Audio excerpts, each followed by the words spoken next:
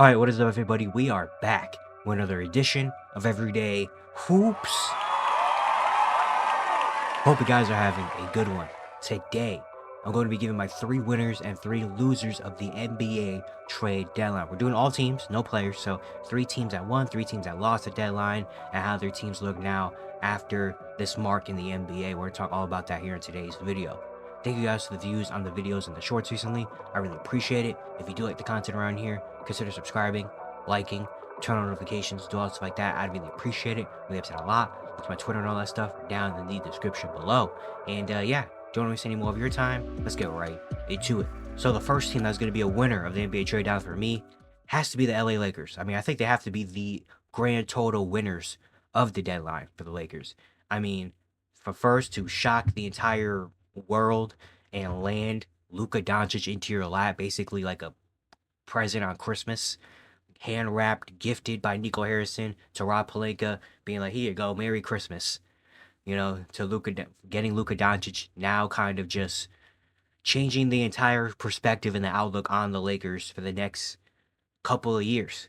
You know, when the team looked like it was going to be in a rough point with LeBron and AD. LeBron, we know he's going to be gone another year or two. Now with Anthony Davis, you know, that championship window slowly closing and closing and closing in on itself. People kind of knowing they might not be contenders this year. And after LeBron leaves, what's going to happen next? It's going to be just Anthony Davis, Austin Reeves, and just not a very good team. And they're going to maybe try to go get another star somehow. But how do they do it when they have limited assets and just kind of worrying about what the Lakers are going to look like? To then just with one trade, now having Luka Doncic on your team, now everything has changed. Now the entire future of the Lakers has changed. We have your new star for when LeBron leaves. You have your guy in Luka Doncic, who's only 25 years old, and you're going to have the next probably 10, 12 years to be able to build a championship team around him. You know, so just having that now, where this year kind of doesn't really matter for the Lakers. I mean, obviously, if they do, they obviously are still going to try to compete and try to win. But if they don't win, it's not really a problem. Because, hey, we got next year, and the year after that, and the year after that. You know, you have so many more years with Luka Doncic. This just extended their championship window by three times more than when they had with LeBron and AD. You know, and then also on top of that, you bring in Mark Williams in the trade. You know, where you get Mark Williams, where your big hole was now you don't have a center. Now you do, and Mark Williams, who's also only 23 years old. So he fits the timeline with Luka Doncic, will also still help you compete now. Mark Williams is a very good big. I'm a big fan of Mark Williams. If you don't know a lot about Mark Williams, he's an efficient center around the rim, big body. I think about 7'1", 7'2" center with good hands. You know, scores very efficiently inside, rebounds the ball very well. Another athletic lob threat you could add with Luka Doncic, which is so key, valuable as well. He does have injury history, you know, and his defense maybe could be a little bit more to desire. But then again, he also played for the Hornets, and their defense was bad. But, you know, it's worth a risk taking on Mark Williams. So now the entire future for the Lakers have changed. You have Luka Doncic, Mark Williams, and now you have basically everything has changed for the Lakers now. You know, Rob Pelinka did amazing work. So I think the Lakers have to be the biggest winner of the NBA trade deadline. Going to our first loser of the deadline, I'm going with the Phoenix Suns. The Phoenix Suns, they did make one move. They traded away Jusuf Nurkic. They attached the first-round pick that they got from Utah to Jusuf Nurkic, went to the Hornets, and they got back Cody Martin and Vasilije Micic, who are two very solid players. You know, this isn't me saying that trade was bad, because Cody Martin, I feel like, is the playoff wing. You know, Vasilije Micic is a really solid backup guard if they need it. But it's more of the lack of doing stuff when the noise was all around for the Phoenix Suns. For the past 2 months, everyone thought Jimmy Butler was going to end up in Phoenix. And then plans, you know, didn't go that way, mainly because of Bradley Beal not wanting to, you know, waive his no-trade clause, wanted to stay in Phoenix, you know, and that kind of messed everything up for them. You don't get Jimmy Butler. He ends up going to Golden State, a division rival of yours. And also all the Kevin Durant noise that happened for the past week, that didn't happen. You didn't trade KD, didn't trade Bradley Beal, didn't get Jimmy Butler, and now you're kind of just, you stayed packed with this 500 team in the Western Conference that has high expectations of winning a championship. And just the lack of doing that, even though it's not all the Phoenix Suns' fault, mainly is Bradley Beal for not waiving. If Bradley Beal was willing to waive his no-trade clause, they would have Jimmy Butler on their roster. I feel like that's a thing or a fact at this point. But just staying packed, And now there's reports a lot talk about the Suns locker room is kind of toxic right now, where there was all this noise going on about, Jimmy Butler, Jimmy Butler, Jimmy Butler, Bradley Beal waving no trade. KD's about to get traded. Like all this noise going on right now, and it kind of just maybe messes up the vibes in the locker room. And that's not something you want for a team that already has been struggling this season, already has kind of been worse than what expectations are when they have the highest expectations possible. Like it's just not a good combination of things. So I think the Phoenix Suns might be a loser at the deadline just because now there's this cloud a little bit around the Phoenix Suns, and they couldn't make any moves really to change that. And all the noise that kind of happened throughout the past 2 months just was noise and it wasn't actual things that happened. So I think the Phoenix Suns potentially could be a big loser of the NBA trade deadline. My next winner of the NBA trade deadline is the San Antonio Spurs. They made one singular move, but that one singular move changed so much about the San Antonio Spurs. They traded for De'Aaron Fox in a 3-team deal that involved the Bulls and the Kings. And not only was it just getting De'Aaron Fox, because everyone knew when the Kings made the report saying they're listening to offers, De'Aaron Fox had a certain destination he wanted to go to, and everyone kind of assumed that's going to be the Spurs. It just makes too much sense. And eventually ends up in San Antonio. But not just them getting De'Aaron Fox is the thing that makes them winners, is that they didn't have to give up basically anything of top value for them. They didn't have to give up Stephon Castle, Jeremy Sochan, or Devin Vassell in this trade. They also didn't give up any of the Atlanta Hawks picks that they own that look like they're going to be pretty good, especially with the Trae Young situation maybe going on. We're going to talk about the Hawks a little bit later in the video. Not having to give up any of those assets to get De'Aaron, basically having to give up what they gave up: Zach Collins, Trey Jones, City Sissoko, and a couple first-round picks that aren't even really super valuable first-round picks. Because the 2025 Hornet pick they gave up, that's not really going to convey because it's top 14 protected, and the Hornets are going to be probably a top 5 team in the lottery this year. So that's going to turn into a couple second-round picks. Your own 2027 first-round pick, but in 2027, in 2 years from now, you assume you're going to have De'Aaron and Wemby, and you're going to be a playoff team. So that pick doesn't really matter too much to you. And then the 2031 Minnesota pick could be very interesting. They got that in the Rob Dillingham trade at the NBA draft. So that could be interesting. Who knows what Minnesota's going to look like in a couple years. But not really have to give up too much of value to get a guy like De'Aaron Fox, who's an all-star but at his peak All-NBA type of player that you can build with now and for the future. And you still have your young players that if you need to make another move and see maybe Devin Vassell doesn't really fit, or maybe Jeremy Sochan doesn't really fit with this team, you could flip him with the Hawks pick and go get something else to add to your team. So just the master class of the Spurs in this De'Aaron Fox trade is just elite. And at the value that they did that at, this makes them a winner of the deadline. Having De'Aaron Fox for now and for the future is amazing. Amazing work by them. My next loser of the NBA trade deadline is the Chicago Bulls. The Chicago Bulls, they did get off of Zach LaVine. They didn't get anything basically back for him, but the Bulls in the last couple of years, they're just a bad front office. No, it's not just that. It's not that. It's the lack of moves. Nikola Vucevic is playing the best basketball he's played in since he was an all-star back in Orlando. He's been having such an incredible season. And for you not to capitalize on that in terms of trading him to get something back, you don't have to get 3 first-round picks, but getting something back for him when teams definitely, especially the Warriors, teams like the Warriors wanted him, it's just a bad move from them. Not even trading Kobe White, who there's been talks about. Basically, kind of trading Zach LaVine, and that's it.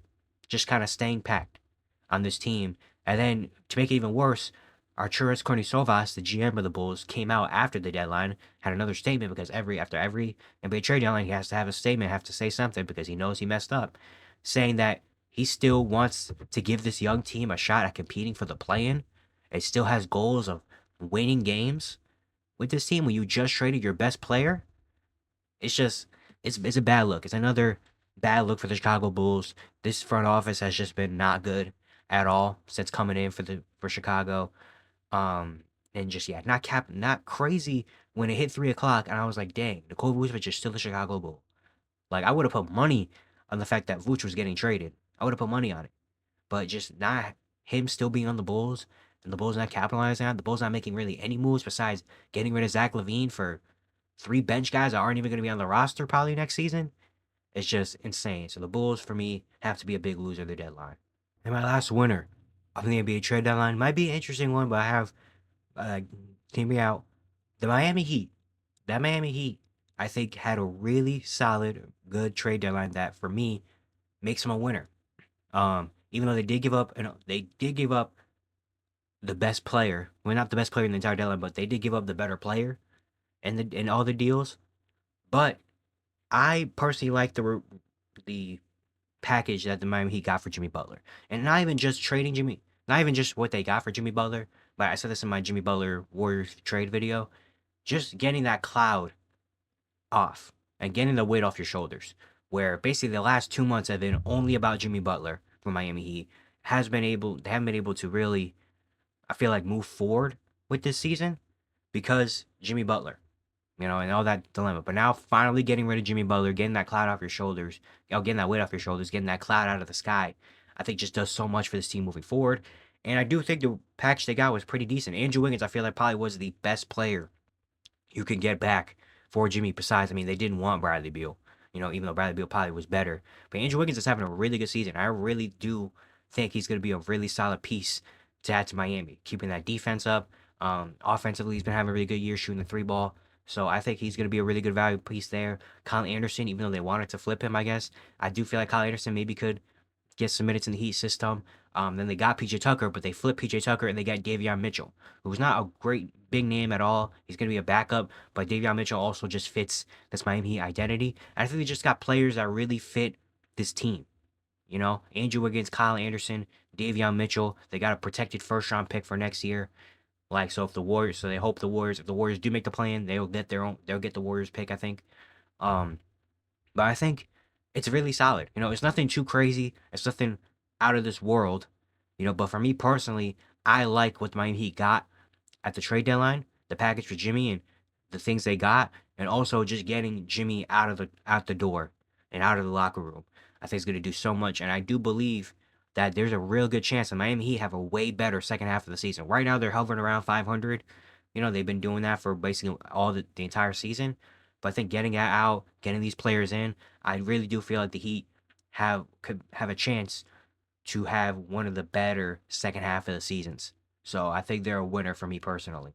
And the final loser of the NBA trade deadline is the Atlanta Hawks. The Atlanta Hawks were very active at the deadline, for better or for worse.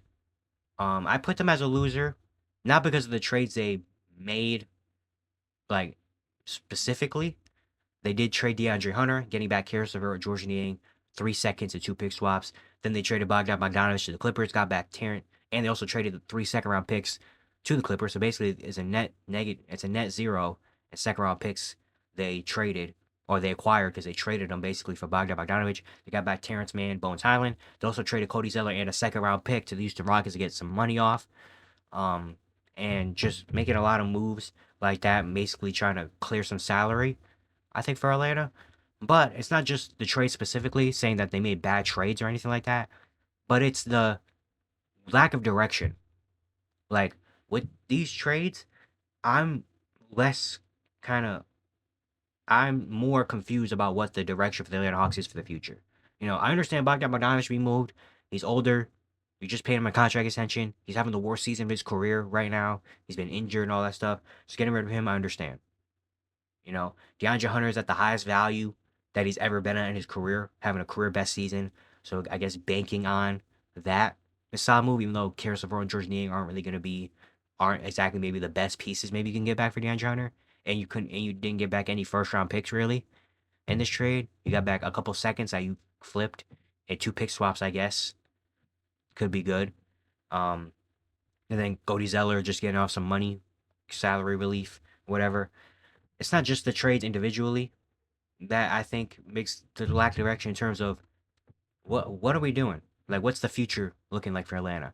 Was this just salary dump and hope that in free agency we get something good? Is this just kind of selling the season a little bit? Because now Jalen Johnson's going to miss the rest of the year. They've been really struggling since the start of 2025. They dropped all the way down to 9 in the Eastern Conference. They've been on a big losing streak. And is it selling on the season? But then again, you also got back all players that are older. It could win now. So what is that? And then Chris Haynes reported after the deadline, saying that Trae Young situation in Atlanta is kind of murky. Now in the video clip he showed, he didn't really say anything at all. So I think maybe he has more on Trae Young and more stuff behind the scenes maybe going on. but there's could be some, maybe like some speculation going on that Trae Young might not be super happy in Atlanta, and maybe he might be out the door pretty soon. It's just, I think that's why they're a loser. It's kind of similar to the Phoenix Suns in terms of not specifically the moves they made, but in terms of now they have kind of a lack of direction in Atlanta, and now it's just kind of like, what are we doing here? Like we traded away DeAndre Hunter, we traded Bogdanovich, we kept Clint Capella, we traded them for bench players. We didn't get any first round picks back for them. Like what? Where are we right now? What are we trying to do here? So I think that's what makes them a loser at the deadline, the lack of direction. But yeah, it's gonna be it for today. Hope you guys enjoy. Let me know in the comments below some of your winners and losers of the trade deadline. Once again, if you enjoyed the content around here, consider subscribing, liking, turn on notifications, do all stuff like that. I'd really appreciate it a whole lot. And yeah, I'll see you guys tomorrow.